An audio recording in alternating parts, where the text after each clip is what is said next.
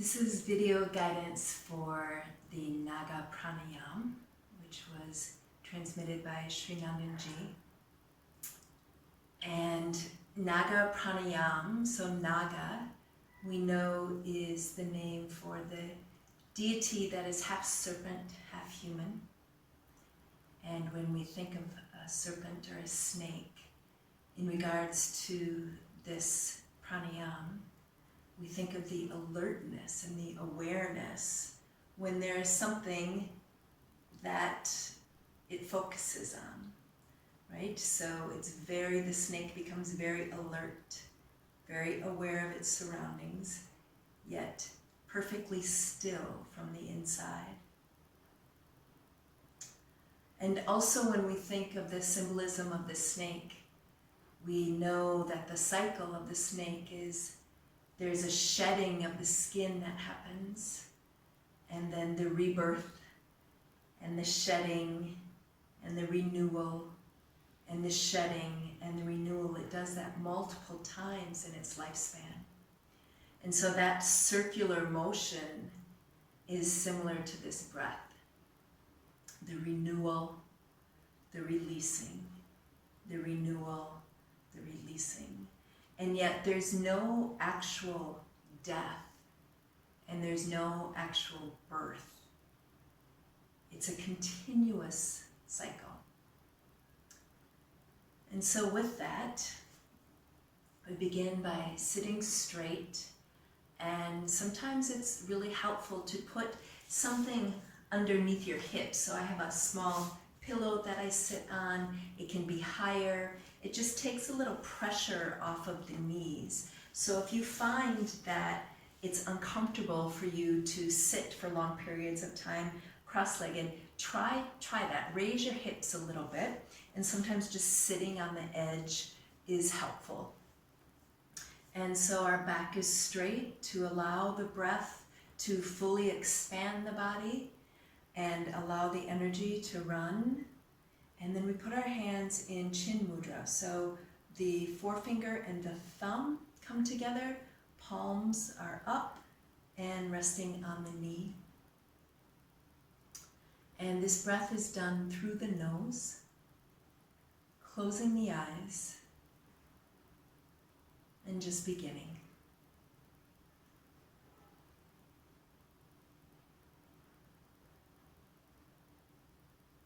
So focusing on the inhale and the exhale.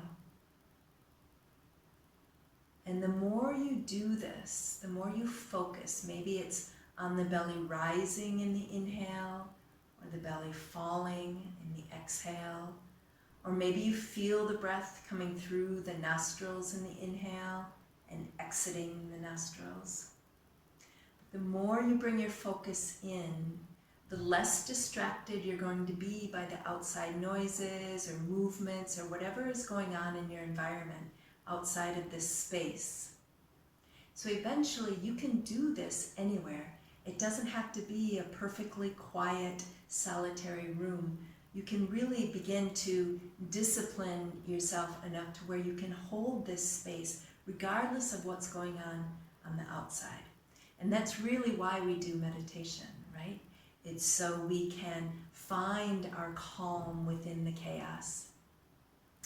And so, coming back to the breath,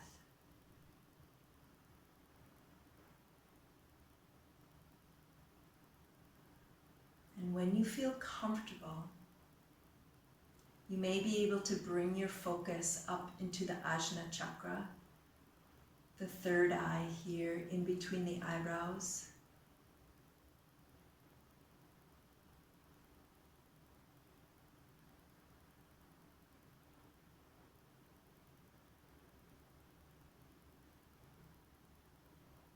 And then begin to drop into the Ujjayi breath.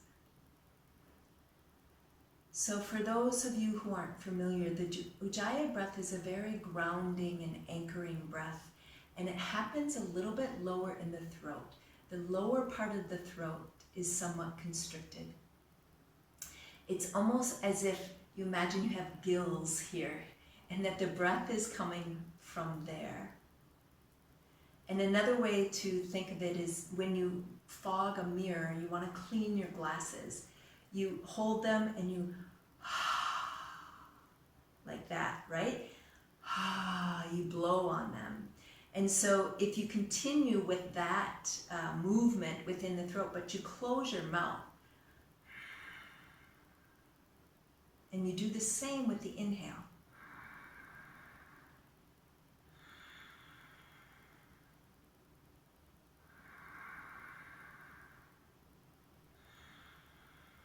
So hopefully you can feel that in your throat. I'm doing it quite loud so the video can hear it, but it might get really loud for you. Sometimes when you go really deep, it gets very loud, but sometimes it actually becomes quite soft as well, but the movement is still the same. It's from the lower part of the throat. If you're not familiar with that breath, it might take you a while to be able to get into it, and that's fine. You don't have to do it, but keep practicing to try. And so hands are in chin mudra. If you can, focus on the third eye, and you come into this Ujjayi breath.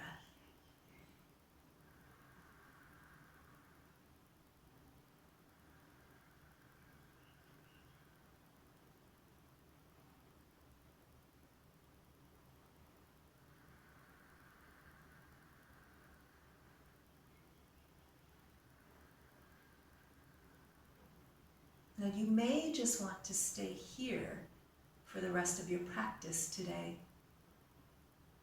And that's fine. This is still very grounding and anchoring into the body as it is. I'm going to move further just so you have the reference to continue to grow in your practice every day.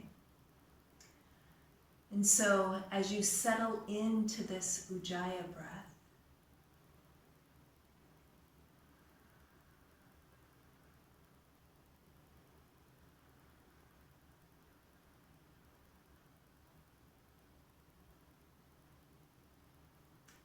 I'd like you to start to pay attention to the top of your inhale. So as you inhale, there's a certain moment of your inhale at the very top in which that inhale then becomes the exhale.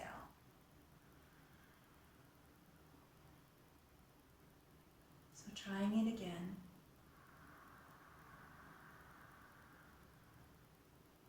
And that moment when the inhale then becomes the exhale.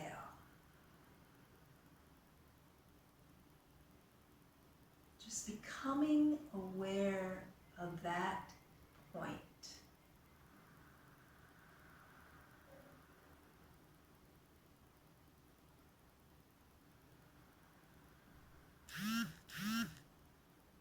And as you do this, you'll notice that as well, at the bottom of your exhale, there is a point in which the exhale becomes the inhale.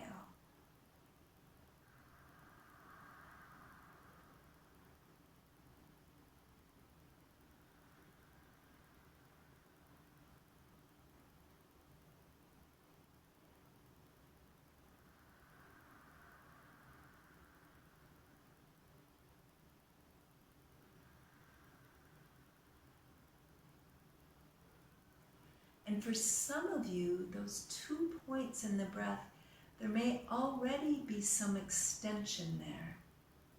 But for those of you who notice that you go right from inhale to exhale to inhale to exhale, see if at those 2 particular moments where the breath changes, see if you can begin to expand the flow there. So you'll inhale. When you get to that top, notice if you can hold that space without holding the breath. You're not retaining the breath. There's just a flow that happens before the inhale falls into the exhale. And at the bottom of the exhale, right as you're wanting to take another breath, see if you can expand that flow that happens there just slightly into the inhale.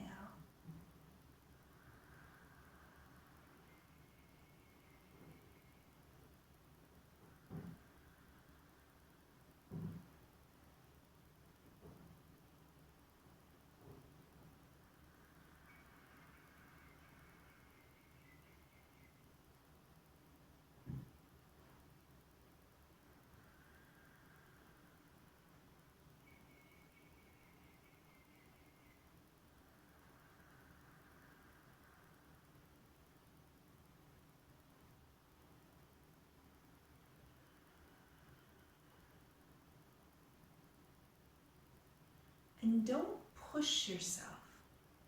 It might just be a second that flow happens between the inhale and the exhale, between the exhale and the inhale. There's no agenda. There's no, we've got to get to a certain point in time between these breaths. We're just working every time to notice what the natural flow is, and then gently adding a bit of expansion in between the breaths. Remember, it's not a holding. It's not a pausing of the breath. It's a continuation of the breath. So you're finely tuned to the shift of direction, of inhale to exhale.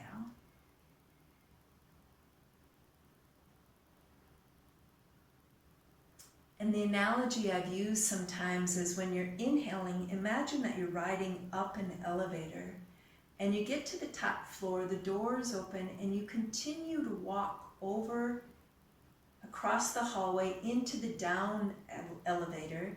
You come down the elevator and you exhale, the doors open. You walk across the hallway and get back in to the elevators going up, riding the inhale. The doors open, you walk across the hallway, you get in the elevator, riding down. So there's no stopping of movement, there's no stopping of the breath. It's a flow that begins to happen.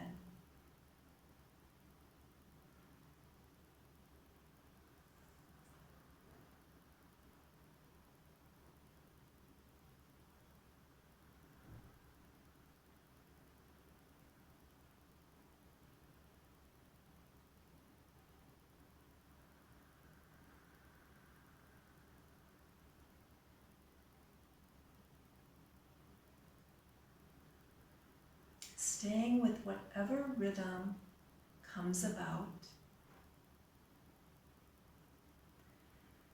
And now you can add in as well the mantra, so hum. So, as you inhale, hum as you exhale. So, hum. So, hum.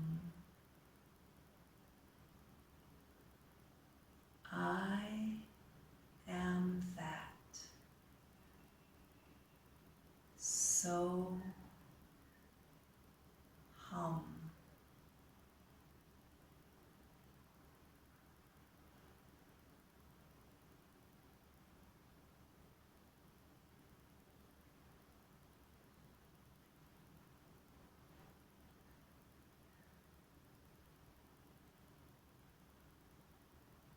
And as you continue with the practice, begin to expand that space in between the inhale and the exhale more and more.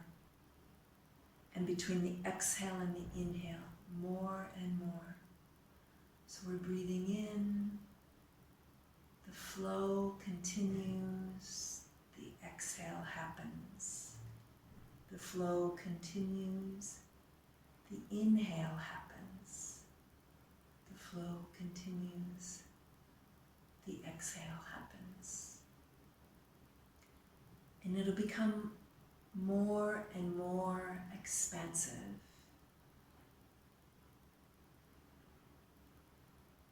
And perhaps eventually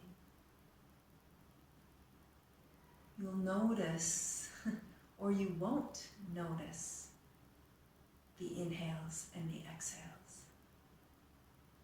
It will just become one continuous breath, like the snake with the shedding of the skin, the re-emerging into life, the shedding of the skin.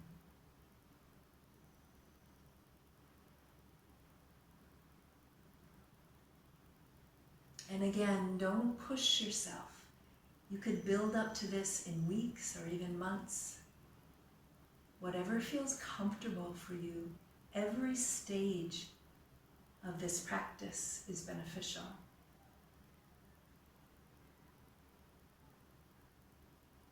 Beginning with the Ujjayi breath, the tuning in to the space between the breaths, the mantra so, hum, the recognition of the continuity of the breath. There is no beginning, there is no end.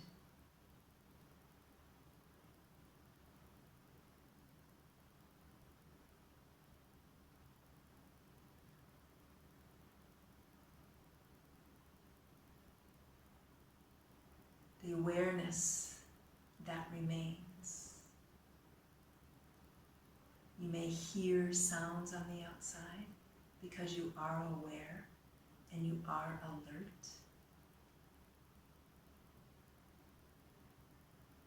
But you remain still.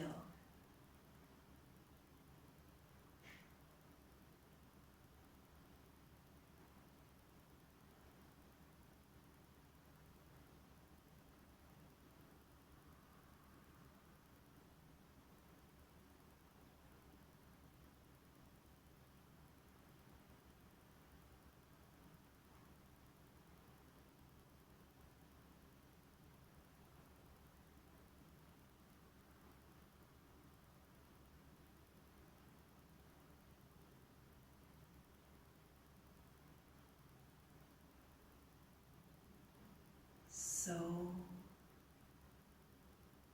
hum.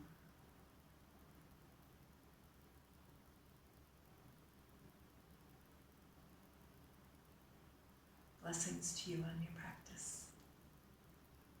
Namaste.